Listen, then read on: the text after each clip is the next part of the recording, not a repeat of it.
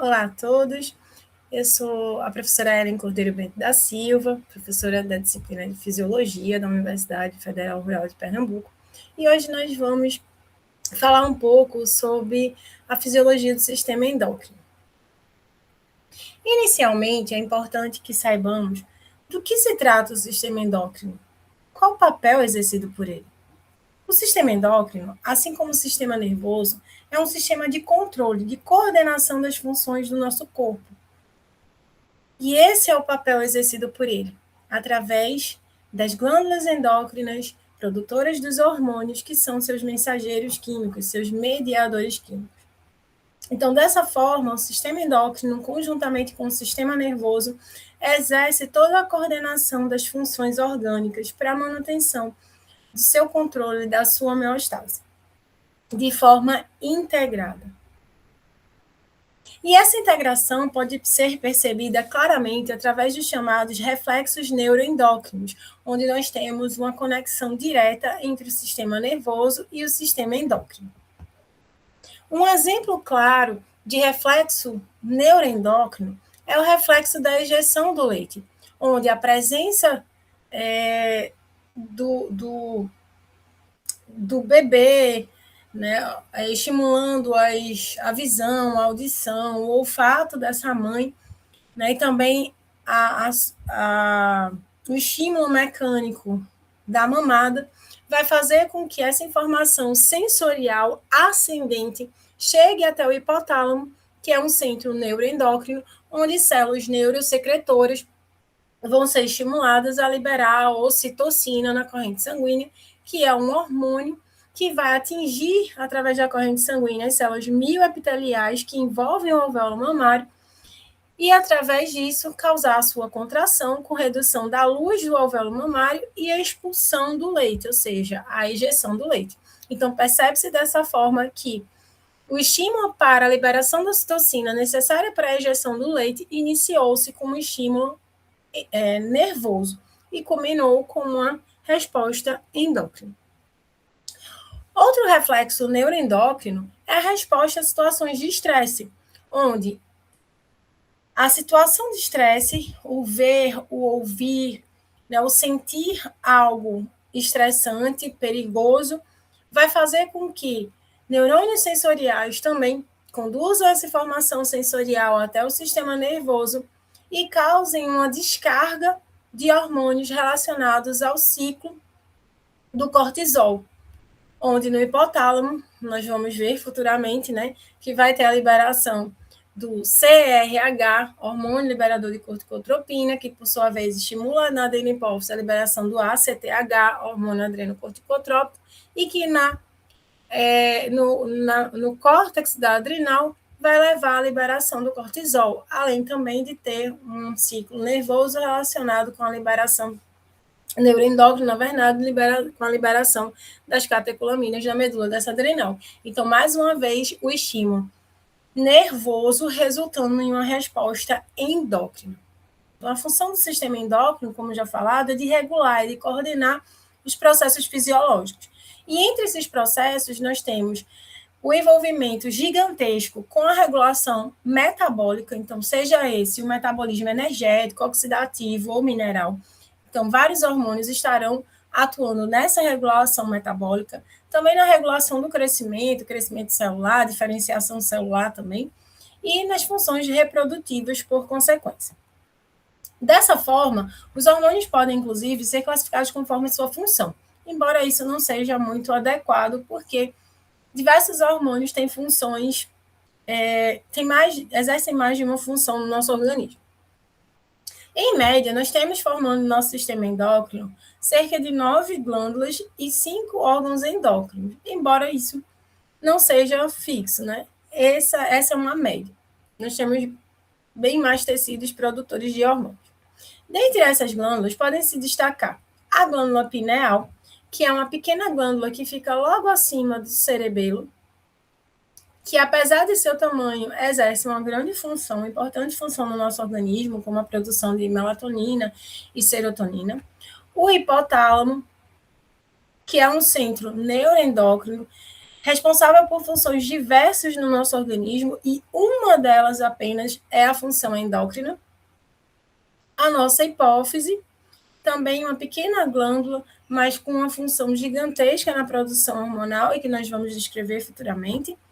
A tireoide, que fica na região da nossa traqueia, abaixo da cartilagem cricoide, onde a gente tem essa glândula tireoide presente.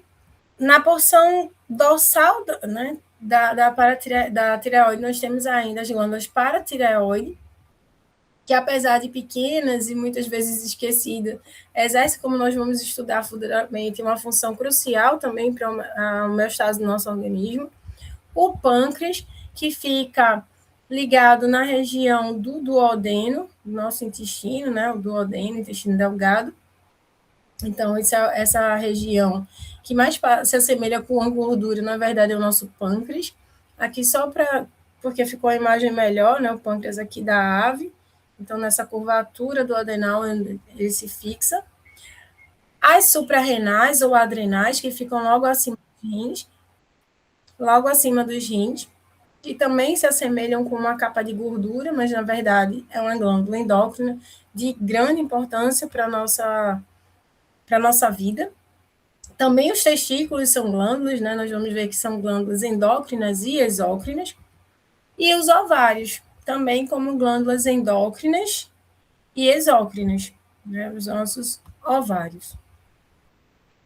E como órgãos, nós podemos destacar o coração, como órgão endócrino, os rins, o trato gastrointestinal, uma função gigantesca na produção hormonal, a placenta e o timo. São alguns dos órgãos que nós podemos destacar como produtores hormonais. E o que são hormônios? Como já adiantei, os hormônios nada mais são do que os mensageiros, os mediadores químicos responsáveis por estimular as células-alvo a determinada resposta. Então, é através dos hormônios que o sistema endócrino consegue alterar a funcionalidade da célula para que exista da célula-alvo da sua ação, né, que são aquelas células que possuem receptores para aquele hormônio, para que haja uma resposta. E aí nós temos cerca de 50 a 60 hormônios no nosso organismo, na verdade, bem mais que isso, e apenas basicamente 9 glândulas e 5 órgãos, como nós já falamos. Então, por que isso é possível? Porque nós temos em cada glândula, em cada órgão, células diferentes, que têm, consequentemente, a capacidade de produzir hormônios diferentes. E aí a gente traz aqui um exemplo disso, que é o córtex da adrenal. Na verdade, é a adrenal como um todo.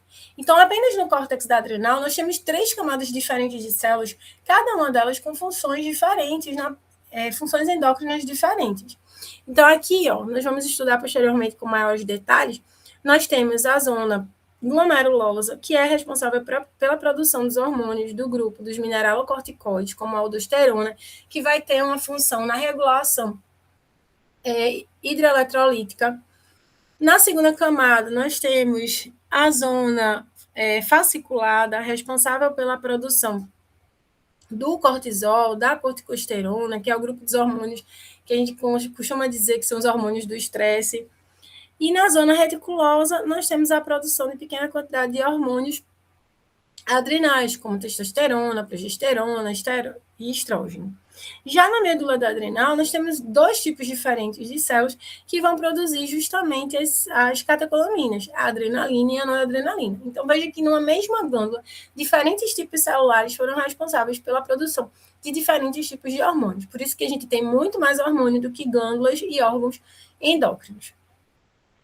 E essas glândulas endócrinas, elas funcionam conjuntamente, e não só dentro de um sistema endócrino. Então, por exemplo, aqui a gente tem o circuito do cortisol. Então, onde no hipotálamo é produzido o CRH, na adenopófise o ACTH, e nas adrenais o cortisol, a corticosterona.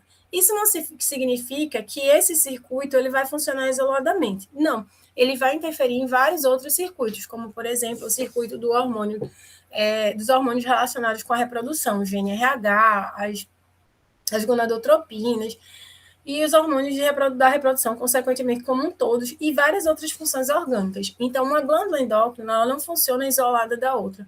Os hormônios, eles interagem, eles têm ações dentro de circuitos diferenciados. E nós vamos ver isso ao longo da disciplina. Então, apesar de nós estudarmos blocados, glândula tireoide, glândula paratireoide, isso não quer dizer que elas estejam isoladas. Um circuito, ele interfere sim em outros circuitos hormonais. E é muito importante que a gente atente para isso. E como que os hormônios executam suas regulações no organismo? Então, a regulação hormonal, ela é possível de 4 formas diferentes, de forma autócrina, parácrina, endócrina e exócrina. E, novamente, é importante atentar para essas formas de regulação hormonal, visto que, em geral, no ensino médio, nós aprendemos que hormônios, sistema endócrino, ele atua de forma endócrina. Essa é apenas uma forma, uma via de atuação dos hormônios. É realmente de maior destaque, é o que faz com que o sistema seja classificado como endócrino, mas não é a única via. O que seria a regulação autócrina? A regulação autócrina é quando a célula que produz o hormônio, ela sofre a ação desse hormônio. Então, aquele tipo celular produtor de um determinado hormônio sofre a ação do seu próprio hormônio. Um exemplo disso é as células beta do pâncreas, produtoras de insulina. Elas produzem a insulina para regulação metabólica, como nós vamos estudar posteriormente, e ela é alvo da ação desse hormônio que ela mesma produziu. Isso não é uma particularidade desse tipo celular. Então, outros tipos celulares, produtores de hormônios, também sofrem essa ação. Como, por exemplo, as células foliculares, né, células da granulosa, produtoras de estrógeno. Elas também produzem estrógeno para que esse estrógeno haja no organismo, no desenvolvimento folicular, inclusive pela ação desse estrógeno na própria célula da granulosa do folículo ovariano. O que é uma forma parácrina de atuação? É quando a célula produtora do hormônio faz com que esse hormônio, sem via endócrina, mas apenas por difusão tecidual, ele alcance as células vizinhas e atue sobre elas. Então, são tipos celulares diferentes, mas são tipos celulares vizinhos, sem a necessidade de sangue para que haja essa atuação. Um exemplo disso são as células alfa-pancreáticas, que sofrem a ação da insulina que foi produzida nas células beta, para que haja uma diminuição da produção do glucagon, que tem ação oposta à insulina. Então, veja que a insulina produzida na célula beta, ela agiu sobre a célula alfa-pancreática para que fosse inibida a produção do glucagon e, assim, a insulina pudesse atuar perfeitamente no nosso organismo para exercer sua função. Então, essa é a ação parácrina. E a ação endócrina? A ação endócrina é quando realmente esse hormônio cai na corrente sanguínea e vai atuar em células distantes, né? Precisa dessa via sanguínea para que esse hormônio seja carreado e, a partir daí, ele alcança as células-alvo da ação desse hormônio, ou seja, as células que têm receptores para esses hormônios atuarem nela. Isso também acontece com a insulina, com o glucagon, com o estrógeno. Então, eles caem na corrente sanguínea e vão atuar em células distantes.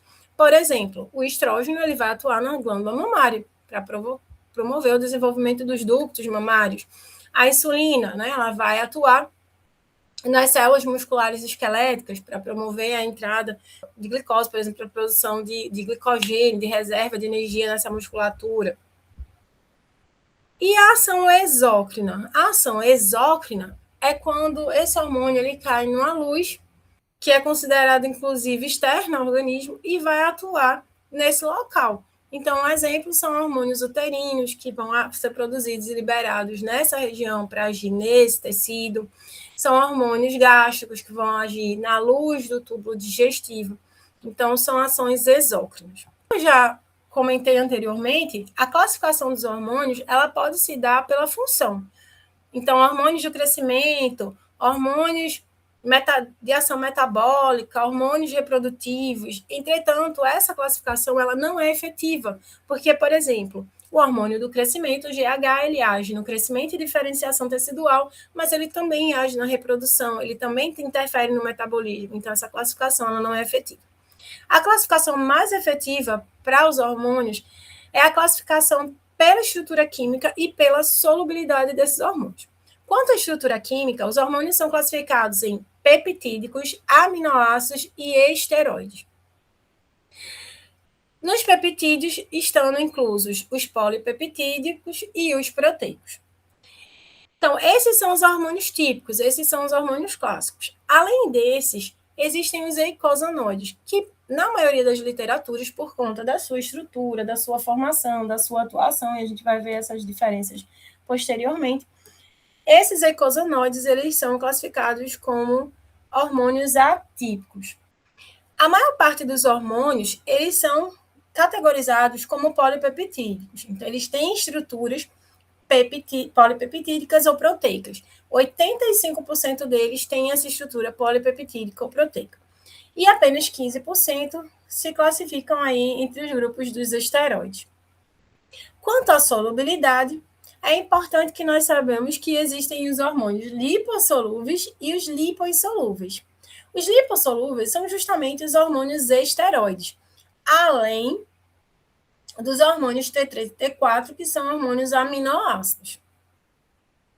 E, consequentemente, por serem lipossolúveis, eles têm ação intracelular. Os receptores, inclusive, desses hormônios, eles são intracelulares, com exceção das prostaglandinas, que não são classificadas como hormônios típicos, mas sim como eicosanoides. A gente vai ver que a ação dela, apesar dela ser lipossolúvel, é extracelular. Mas, como hormônios propriamente ditos, os hormônios lipossolúveis, que são os esteroides, o T3 e o T4, eles, por terem uma permeabilidade à célula por conta da estrutura da membrana plasmática, eles adentram livremente essa célula, eles saem livremente também dessa célula, a atuação deles é dentro da célula-alvo. Enquanto que os lipoinsolúveis, que são os peptídicos, os proteicos e os aminoácidos, com exceção de T3 e T4, eles agem no exterior da célula. Por quê? Porque eles não conseguem ter uma permeabilidade nessa célula por conta que a estrutura, né, a camada, a organização da bicamada lipídica dessas células não é favorável à entrada de estruturas lipoinsolúveis. Além de que hormônios peptídicos e proteicos são moléculas grandes, então eles não têm esse favorecimento de passagem através da membrana, de forma que a ação deles realmente é fora da célula. E aí, o que são receptores? Receptores, eles são proteínas, e os receptores para hormônios são proteínas, que para os hormônios lipossolúveis, como sua ação é dentro da célula, estão dentro da célula-alvo, e para os hormônios lipossolúveis estão na membrana da célula-alvo. Então, os hormônios esteroides, portanto, como nós já dissemos, são hormônios lipofílicos, lipossolúveis, que, por conta disso, adentram livremente ou saem livremente da estrutura celular. E, por isso, o seu local de atuação é dentro da célula-alvo. Todos os hormônios esteroides, eles são oriundos do colesterol, como nós temos aqui na imagem. E o que faz esse colesterol se transformar num hormônio ou em outro hormônio? A cascata enzimática presente naquela determinada célula que sintetiza o hormônio. Então, é o grupo de enzimas presentes naquela célula que vai determinar se um hormônio ele vai ser produzido até progesterona ou se ele, esteroide, né? Se esse hormônio esteroide vai seguir até uma progesterona ou vai ficar até estagnar na produção de progesterona ou se vai seguir para um cortisol, para uma aldosterona, para um estrógeno, né, para uma testosterona, para um estrógeno, para uma dihidrotestosterona. Então, é o grupo enzimático que vai determinar onde essa quebra da estrutura do colesterol vai parar, em que hormônio que vai parar. Então, aqui mostra justamente essa cascata hormonal, né, onde o colesterol ele vira pregnenolona, e de pregnenolona ele vai para o primeiro hormônio, que é a progesterona, com a ação de um grupo enzimático específico, vai virar cortisol, ou de outro vai virar corticosteroides e aldosterona, ou vai virar testosterona, e daí pode virar estradiol, e também pode virar dihidrotestosterona. Então, é a cascata enzimática que vai determinar o hormônio que vai ser produzido. E aí, esses hormônios esteroides, eles são classificados em 2 subgrupos, que são os hormônios chamados de adrenocorticoides, que são os glicocorticoides, como cortisol e corticosterona, e os mineralocorticoides, como a aldosterona, e os hormônios sexuais, que são progesterona, testosterona, progesterona, né? Na verdade, o grupo dos progestágenos, os andrógenos, como a testosterona e a dihidrotestosterona, e os estrógenos. A esteroidogênese, que é a síntese desses hormônios, portanto, ela ocorre principalmente no córtex da adrenal e nas gônadas. Daí os hormônios serem classificados como hormônios adrenocorticais ou gonadais. Entretanto, outros tecidos também conseguem produzir esses hormônios em menor quantidade, como o tecido adiposo, o fígado e o músculo.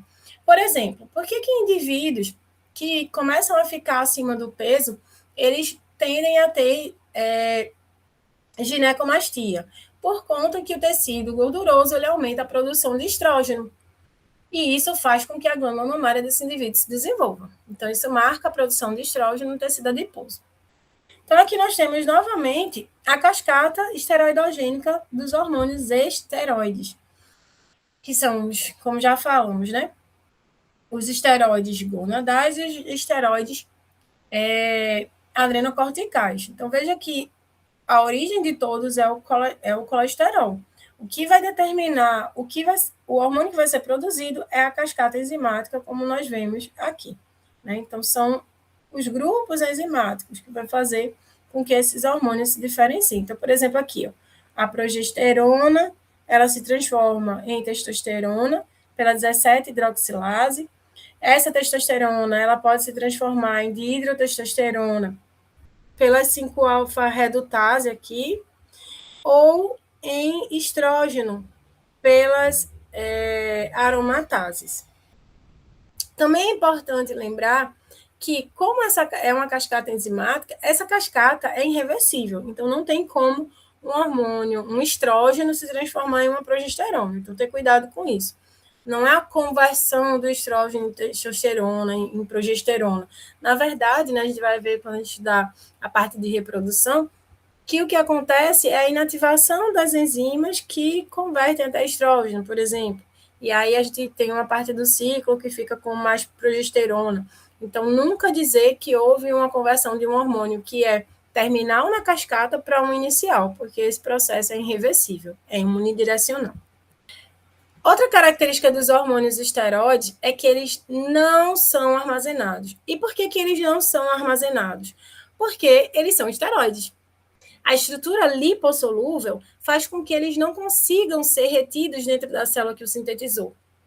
Da mesma forma que ele tem facilidade, liberdade de entrar na célula-alvo, ele tem liberdade de sair da célula que o sintetiza. Então, ele não consegue ficar armazenado na célula que o sintetizou. Ele é secretado imediatamente após sua síntese. E daí, por simples difusão, então transporte passivo. E daí ele sempre ter que estar sendo sintetizado para manter os níveis orgânicos adequados, equilibrados, a homeostase de seus níveis hormonais. Já os hormônios peptídicos, proteicos, que são hidrofílicos, são hidrossolúveis e, consequentemente, lipoinsolúveis, eles são sintetizados como qualquer proteína, como qualquer polipeptídeo. Eles são sintetizados por meio da ativação de genes específicos a eles relacionados, então, processo de transcrição e, consequentemente, de tradução, através de enzimas específicas. Ainda nós temos as quebras dessas proteínas brutas e a transformação do que a gente chama de pré-pró-hormônio, lá no retículo endoplasmático rugoso, já em um pró-hormônio, e esse pró-hormônio, finalmente, no complexo de Golgi, também por ação enzimática, no hormônio propriamente dito. E aí, nessas vesículas do complexo de Golgi, que nós vemos aqui, eles são armazenados até que haja o estímulo por meio do influxo de cálcio para que esse hormônio sofra exocitose, visto que moléculas grandes, como já estudamos, elas só são liberados por meio desse processo de exocitose, e que é dependente do íon cálcio. Por sua vez, os hormônios relacionados aos aminoácidos, nós temos, por exemplo, o T3 e T4, que é oriundo do aminoácido tirosina, a norepinefrina e epinefrina, também chamada de noradrenalina e adrenalina, que é produzido lá nas suprarrenais, né, que pode ser originado tanto da tirosina quanto da fenilalanina, e a serotonina e a melatonina, produzida na pineal, como eu já comentei, que é produzida a partir do aminoácido triptofano. Quanto às propriedades químicas dos hormônios, uma delas diz respeito à estrutura química e antigenicidade. Isso quer dizer que quanto maior o tamanho da molécula do hormônio e quanto mais complexa a molécula química desse hormônio for, mais ele é capaz de provocar reações antigênicas. E qual a importância da gente conhecer isso? Por exemplo, anteriormente se utilizava a insulina suína para a espécie humana. E isso só era possível porque a estrutura química desse hormônio e a complexidade desse hormônio era muito parecida com a do humano, não causando uma reação antigênica, não estimulando uma rejeição do organismo desse ser humano. Então, dessa forma, por meio das diferenças de estrutura química e antigenicidade, um determinado hormônio ele pode não servir para ser utilizado em espécies diferentes, porque isso vai provocar até a morte de um indivíduo, caso ele receba esse hormônio. Outra propriedade química do hormônio diz respeito à administração, à via de administração desse hormônio de acordo com a estrutura química. Hormônios peptídicos, proteicos, eles têm como única via de administração a via injetável. Por quê? Porque eles não têm uma permeabilidade nas células. Então, ele não seria absorvido no trato gastrointestinal. Ele não seria absorvido nas mucosas, porque ele é uma estrutura grande, ele não tem essa permeabilidade, além de ser hidrossolúvel. Então, ele não tem essa permeabilidade, ele não tem essa capacidade de atravessar as membranas da célula para ser absorvido. Além disso, se a gente pensar na via oral para a administração de hormônio proteico peptídico, ele jamais alcançaria a absorção, porque ele seria degradado pelo trato gastrointestinal, porque proteínas elas não conseguem ser absorvidas, peptídeos eles não conseguem ser absorvidos. A absorção é na forma de aminoácidos. Então, nós temos no nosso trato gastrointestinal enzimas que quebram essa estrutura proteica, essas estruturas peptídicas, de forma que nem mesmo a integridade desses hormônios ocorreria caso houvesse administração oral. Então, a via de administração é injetável. Por isso que a insulina da vida, o hormônio do crescimento, a via é injetável. Já os hormônios esteroides, T3 e T4, não. Qualquer via de administração é possível. Por quê? Porque eles têm uma alta permeabilidade às membranas e eles não são degradados no trato gastrointestinal, até porque eles rapidamente são absorvidos. Então, qualquer via de administração é possível, injetável, oral, por via de mucosa, dérmica. Então, daí a imensa possibilidade de administração desses hormônios esteroides T3 e T4. A estrutura química ainda, ela vai interferir na estabilidade dos hormônios. Também a estabilidade hormonal, ela muda entre hormônios dos grupos polipeptídicos e hormônios esteroides T3 e T4. Por que isso? Porque o hormônio peptídico, proteico, ele é sensível às variações de temperatura, às variações de luminosidade, à oxidação. Ele rapidamente é degradado, porque ele sofre nessa degradação proteica. Já os hormônios esteroides T3 e T4, não. Então, qual a importância de saber disso? Esse hormônio, que é peptídico, proteico, ele tem que ficar sob refrigeração. O processamento do material para a dosagem desse hormônio também sob refrigeração, proteção da luz. O que não, se é um hormônio a ser utilizado, né? A ser injetado no paciente, ele vai ter que também estar protegido, estar armazenado adequadamente, na temperatura adequada, diferente dos hormônios esteroides T3 e T4, que são altamente estáveis. Outra diferença também entre esses grupos hormonais, determinada pela estrutura química, é a variação entre espécies. Os hormônios peptídicos, por menor que seja as diferenças entre eles, eles não são idênticos entre as espécies. Eles variam entre as espécies. E isso é importante porque isso significa que o hormônio ele não pode ser pego de uma espécie, peptídico, né? Não pode ser pego de uma espécie e aplicado simplesmente em outra. Ele tem que ter compatibilidade, lá que a gente viu agora há pouco, de complexidade e estrutura química. Já os hormônios esteroides T3 e T4, eles são idênticos para todas as espécies, então a gente não tem que ter esse cuidado. Eles são iguais. Quanto à via de transporte hormonal, isso também vai ser influenciado pela estrutura química dos hormônios. Como os hormônios proteicos, peptídicos, eles têm solubilidade em água e o sangue ele é hidrossolúvel, isso significa que os hormônios proteicos e peptídicos eles são transportados livremente na corrente sanguínea por conta da sua solubilidade em água. Já os hormônios esteroides, o T3 e T4, por serem lipossolúveis e, consequentemente, hidroinsolúveis, eles não são transportados livremente na corrente sanguínea. Eles precisam de proteínas transportadoras para fazer isso, como, por exemplo, a albumina. Eles ficam protegidos na estrutura dessas proteínas, simulando aí, inclusive, um armazenamento e tendo, através dessa proteção, desse envolvimento pelas proteínas transportadoras, uma proteção contra as enzimas que os degradariam. Entretanto, sempre nós temos na corrente sanguínea pequenas frações desses hormônios esteroides T3 e T4 livre, que são justamente as frações que vão atuar na célula-alvo, visto que as frações ligadas às proteínas transportadoras, elas não conseguiriam entrar na célula-alvo. Então, somente a fração livre desses hormônios é que tem essa livre passagem através das membranas celulares das células-alvo.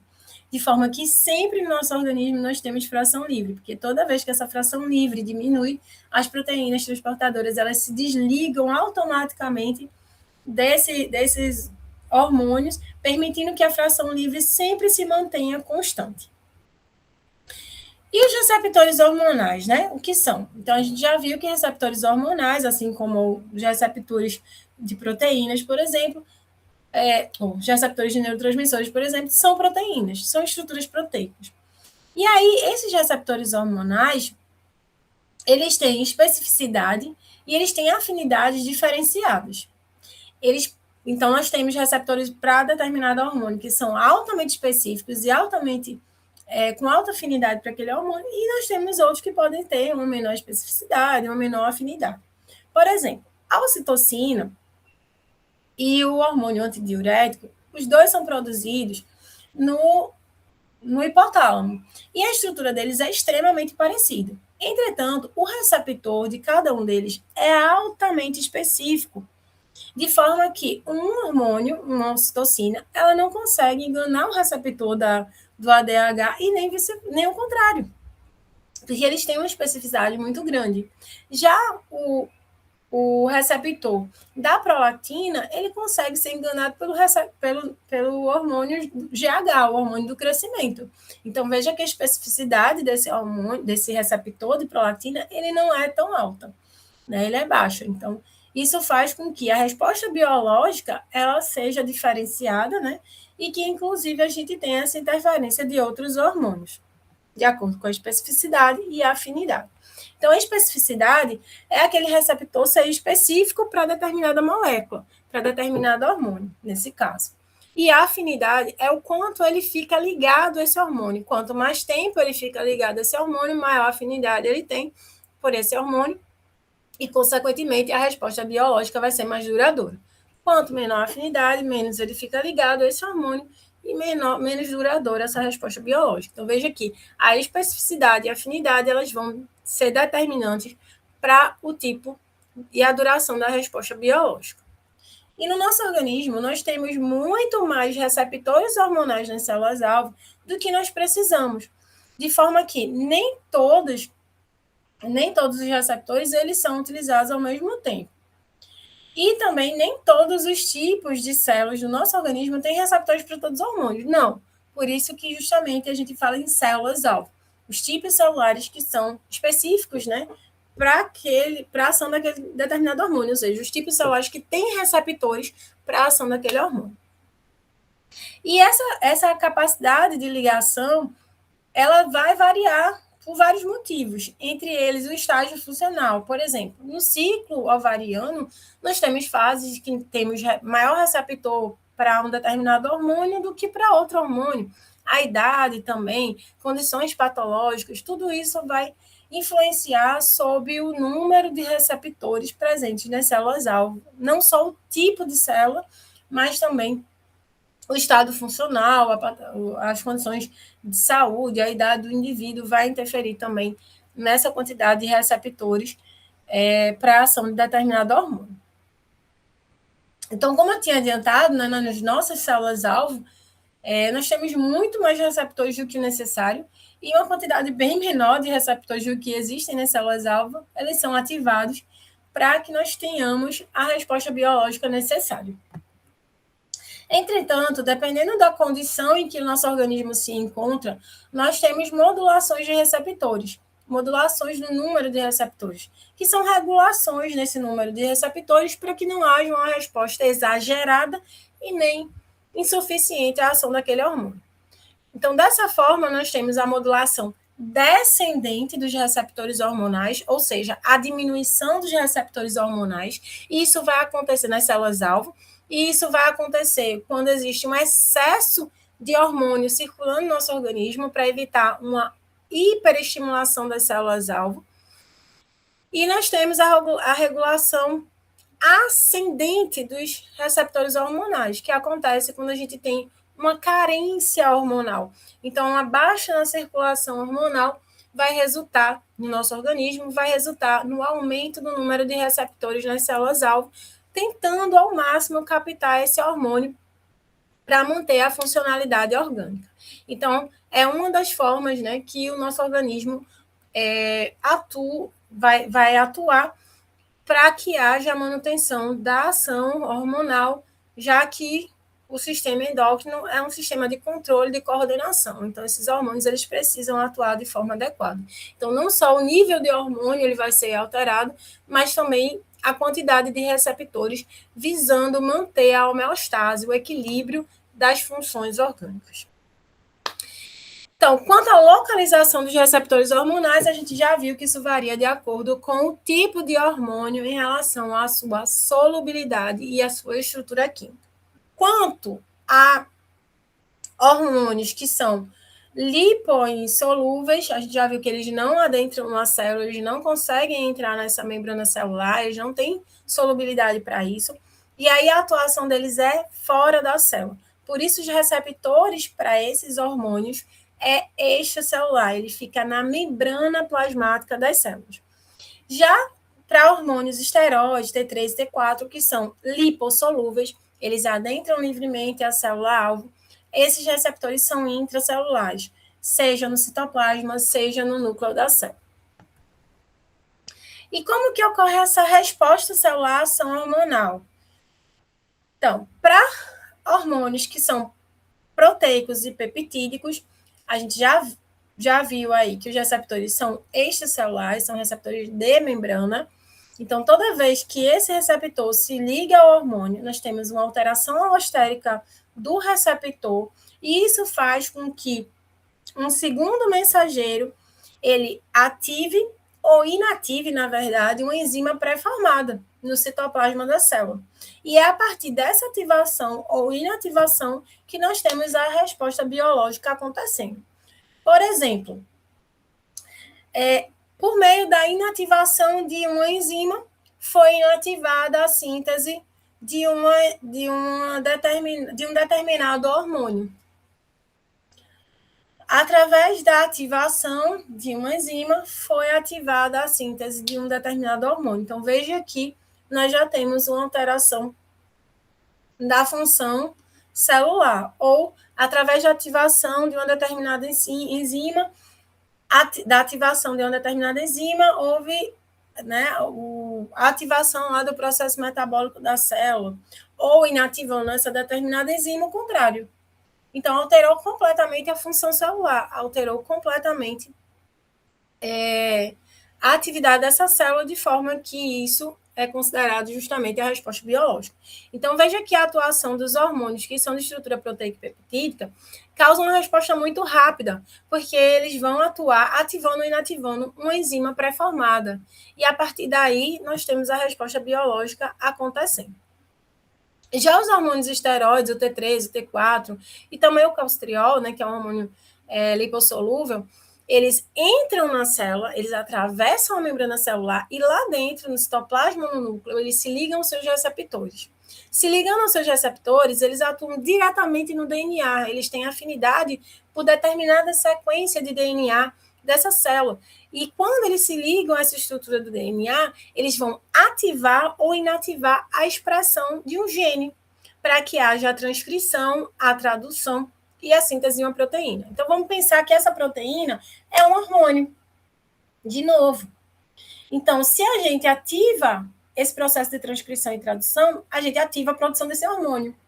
Mas se a gente tem a inativação desse DNA, a gente tem a inativação da síntese dessa proteína, que é esse determinado hormônio. Então, consequentemente, a gente alterou a função dessa célula, e é isso que vai ser a resposta biológica.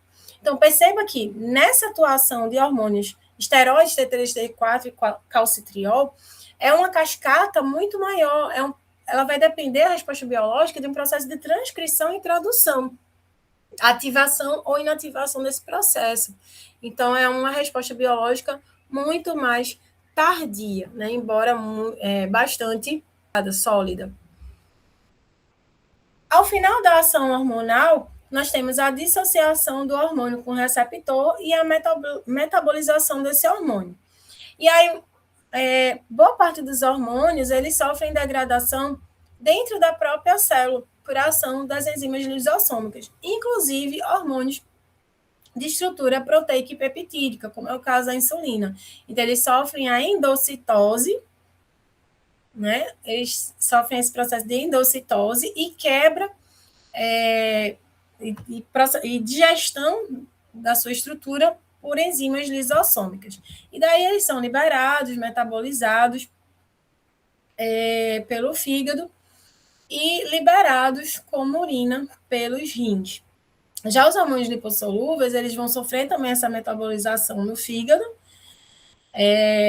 assim como o T3 e o T4, e vão ser liberados também via renal, via urina. Quanto aos eicosanoides, a gente já comentou que eles não são classificados como hormônios típicos, né? A maioria das literaturas não consideram essa classe como hormônios. Por que isso? Primeiro que os eicosanoides, eles são derivados de estruturas de constituintes, né, de ácidos graxos presentes na própria membrana da célula. Tá, e daí, professora? Isso significa que qualquer tipo celular é capaz de produzir eicosanoide. Então, não existe uma glândula, não existe um tecido específico. Todos os tipos celulares são capazes de produzir eicosanoides, porque eles são derivados de ácidos graxos de cadeia longa, presentes na própria membrana das células. E aí, esses ácidos graxos poliinsaturados, né, eles são convertidos a ácido araquidônico pela fosfolipase A, e dentro da cadeia dessas células vai existir enzimas que podem ser as ciclooxigenases e lipoxigenases, e que vão dar origem, a partir dessa sua ação, se é ciclooxigenase, a prostaglandinas e tromboxanos, e se são lipoxigenases, aos leucotrienos. Então, veja que qualquer tipo celular, ele pode dar origem a esses eicosanoides. Então, isso faz com que dos pontos que faz com que esses eicosanoides não sejam considerados pela maioria das literaturas como hormônios, porque eles podem ser produzidos em todos os tipos celulares. Entretanto, né, apesar dessas diferenças, eles continuam sendo importantes mensageiros químicos. Na verdade, os eicosanoides, eles exercem funções variadas em todo o nosso organismo, dependendo do tipo de eicosanoide, eles vão agir em diferentes funções, e a gente vai falar de eicosanoide no início ao final da disciplina. Porque os eicosanoides, por exemplo, prostaglandinas. As prostaglandinas estão envolvidas com ovulação, as prostaglandinas estão envolvidas com luteólise, com febre, com processo inflamatório. Então, eles têm uma ação muito ampla. Então, eles são mensageiros químicos de grande importância, apesar das diferenças, né, em relação aos hormônios propriamente ditos. Outra diferença dos eicosanoides é que a ação deles é predominantemente autócrina e parácrina. Por que isso? Porque eles rapidamente são metabolizados por enzimas presentes no sangue. Então, eles não conseguem se deslocar a longas distâncias via sanguínea, de forma que a ação deles se torna principalmente de forma parácrina e também autócrina. Então, entre os eicosanoides, a gente comentou que a gente tem as prostaglandinas, os tromboxanos e os leucotrienos. Então, as prostaglandinas são produzidas a partir da ação das ciclooxigenases, desse grupo enzimático aqui, ó, das COX1, COX2, e são essas enzimas que vão fazer essa diferenciação dos ácidos araquidônicos nos diferentes tipos de prostaglandinas, tá? Então, a gente tem vários tipos de prostaglandinas. Prostaglandina G, H, I, F, E, e por aí vai. E cada tipo de prostaglandina vai exercer funções diferenciadas. Então, de forma que as prostaglandinas, elas têm uma amplitude muito grande de ações. E fora que, dependendo do tecido em que ela atua, ela também tem diferentes atuações. Então, como eu falei, as prostaglandinas vão atuar na ovulação, na febre, que é a pirexia, na contração uterina, na luteólise, em processo inflamatório, controle de diâmetro vascular, na coagulação sanguínea e várias outras funções. As prostaglandinas, elas têm uma amplitude muito grande de atuação no nosso organismo. O outro grupo de eicosanoides é o grupo dos leucotrienos. Então, eles também, a gente tem diferentes tipos de leucotrienos e, consequentemente, diferentes funções exercidas por eles. Eles são produzidos por células, por enzimas específicas, que são as lipoxigenases, o grupo das lipoxigenases, que vão dar origem a diferentes leucotrienos, e mais especificamente em células de defesa, como monócitos e mastócitos, estando muito ligados, né, à sua elevação na sua produção aos processos de reações alérgicas e inflamatórios.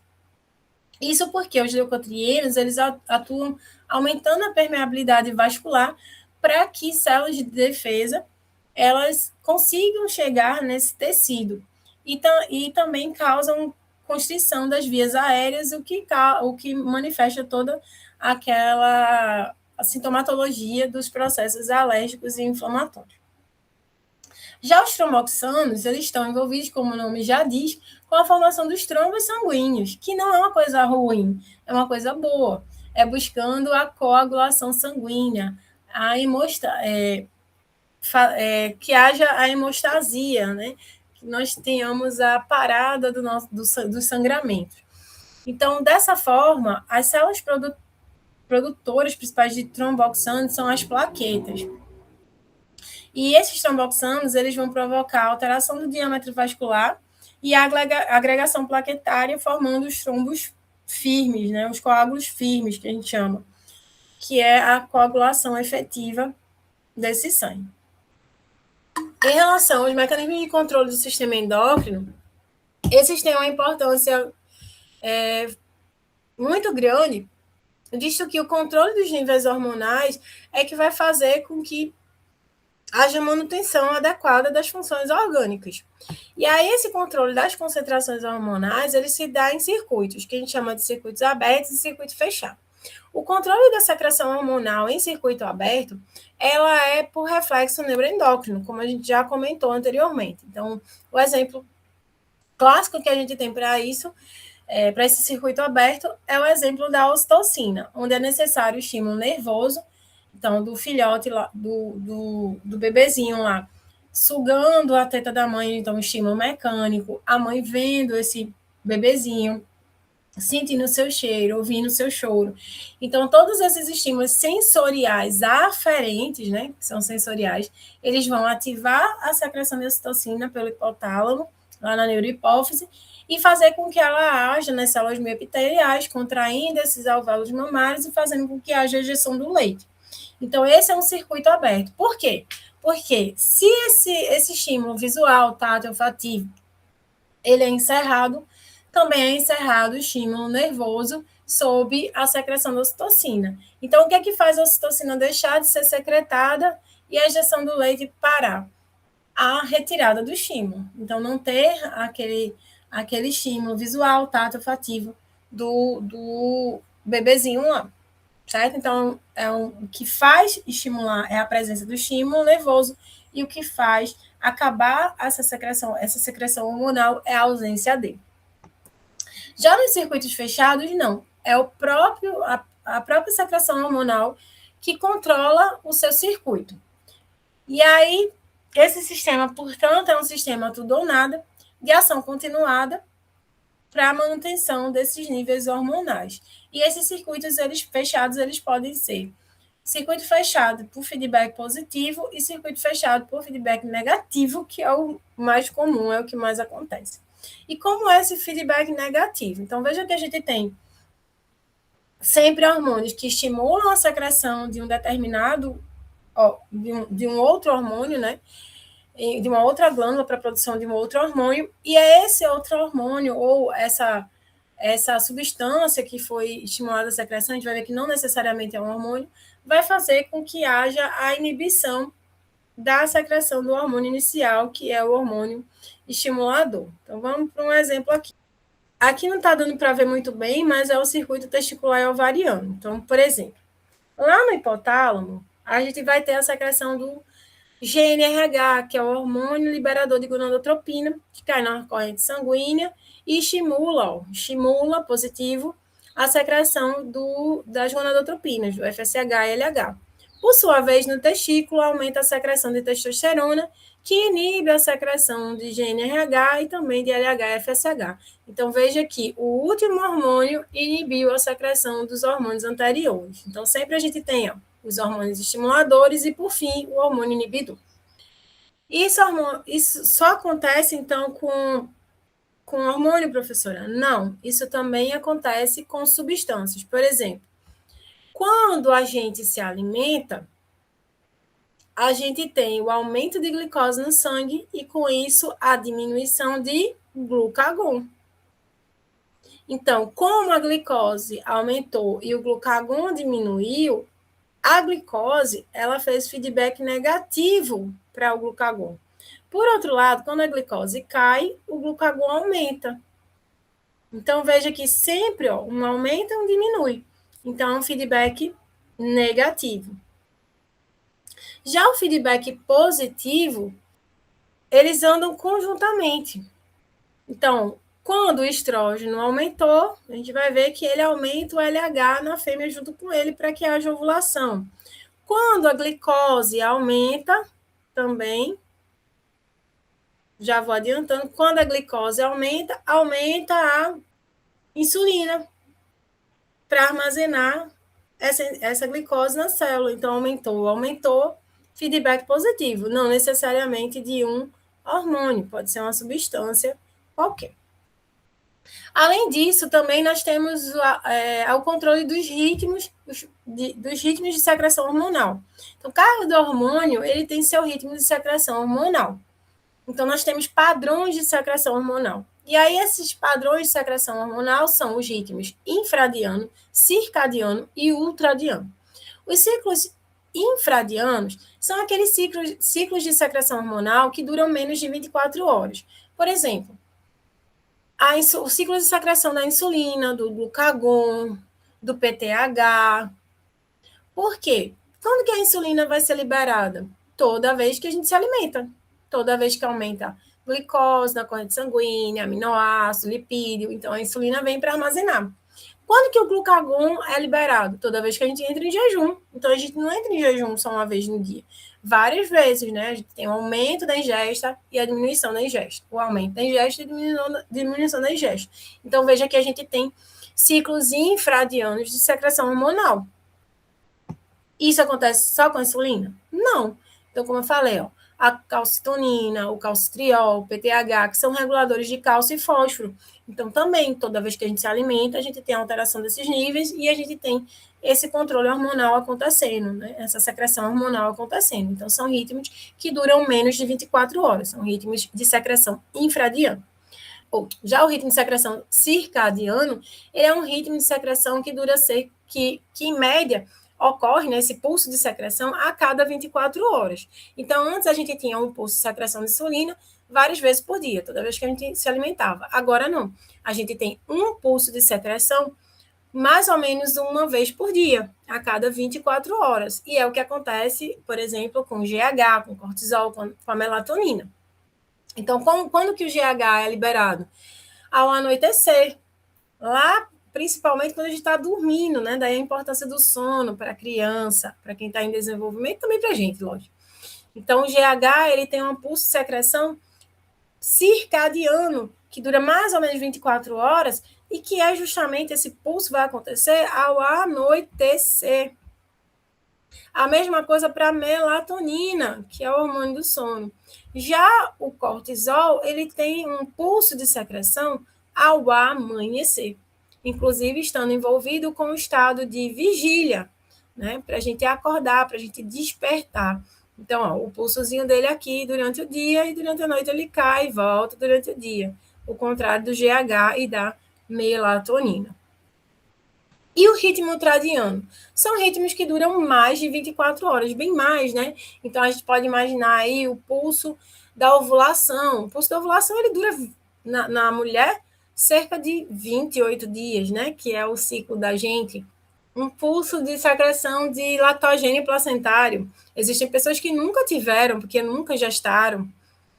Então, são ciclos de secreção ultradiano. E esses ciclos podem ser alterados? Com certeza. Né? Situações patológicas diversas, como tumores e outras alterações patológicas, podem levar à alteração do ritmo de secreção. A própria idade também, o avanço da idade, né? Vai alterando esse ritmo de secreção. Dessa forma, a gente percebe o quão importante é o sistema endócrino, a sua estruturação e a sua manutenção, visto que ele é um sistema regulador, um sistema de manutenção orgânica, né, das funções orgânicas, de controle, de regulação. Então, se o sistema endócrino está desregulado, consequentemente, todo o organismo também vai ser desregulado, toda a função orgânica vai ocorrer de forma inadequada.